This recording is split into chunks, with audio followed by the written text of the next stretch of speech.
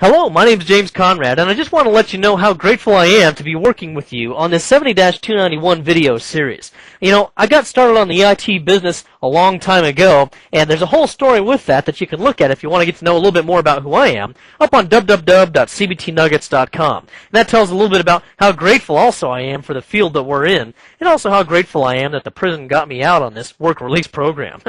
I'm just kidding about that last part, by the way. All right, we're going to start off on our topics. We're going to talk about TCP/IP and how important that is. Of course, you can't do anything without IP these days, and pretty much that's just the protocol of choice. Also, you're going to take a look at IP addressing. I mean, you have to be able to know how to do things like custom subnetting. Now, you might not be able to do it in your head, but you have to at least be able to get out a pencil and a paper and kind of figure out what's valid in custom subnet masking. Now, if that kind of bothers you, if you're not too familiar with custom subnet masking, if it intimidates you a little bit, well, don't worry about it. We'll show you some very basic and easy steps to make sure that happens. And then once you get the addresses you want, you need to be able to distribute them to your clients. You don't want to do that manually, which means you have to enter in a static address at each client and server. Instead, we want to use DHCP whenever possible, and I'll show you how to configure that properly. Also with DNS, there's some new features in Windows Server 2003. Very cool. I'll show you how to use some of those things, such as conditional forwarding and stub zones and some stuff like that. And DNS is a big part of Windows Server 2003. In fact, you can't even log on to the network or log on to a domain controller without DNS, because it tells you where the domain controllers are.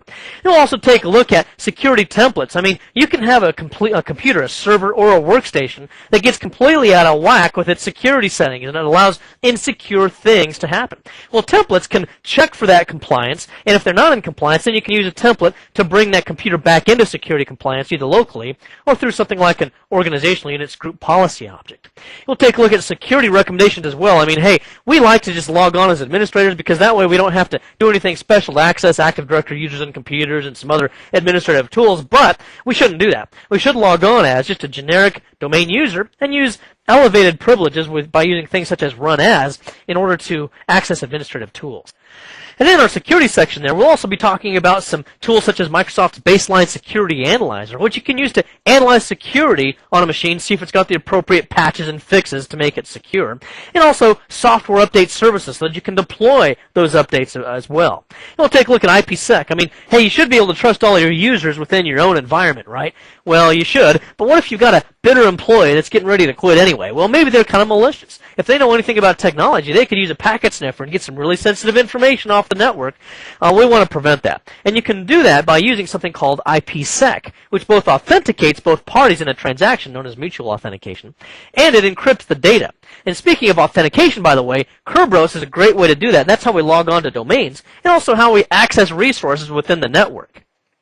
And that's not new with Microsoft, by the way, but it is an excellent authentication protocol. And then we'll also take a look at routing and remote access. That's probably in fact, that is the biggest section of this entire series. And the reason for that is because RS covers so many different topics. It covers routing, it covers VPN access, dial-up access, covers network address translation, firewalls. So there's a lot involved with that. And we'll take a look at several videos here to discuss that. We'll also take a look at internet access. Now, some of your servers really do need to be on the internet. Not like your users are, where they're, surfing on Amazon.com and, shopping on the internet and stuff like that. But instead, where they're using the internet to provide access to your users, so they can waste time. And this would be things like your proxy server, your ISA server, and the like. And we'll talk about that internet access. We'll also talk about various services that your servers need to run. And those services are just little processes that kind of hover in the background waiting for something to do. And boy, when it's time for them to do it, they better be able to do it. So we'll talk to you about how to make sure that they're available, especially in terms of things like user accounts that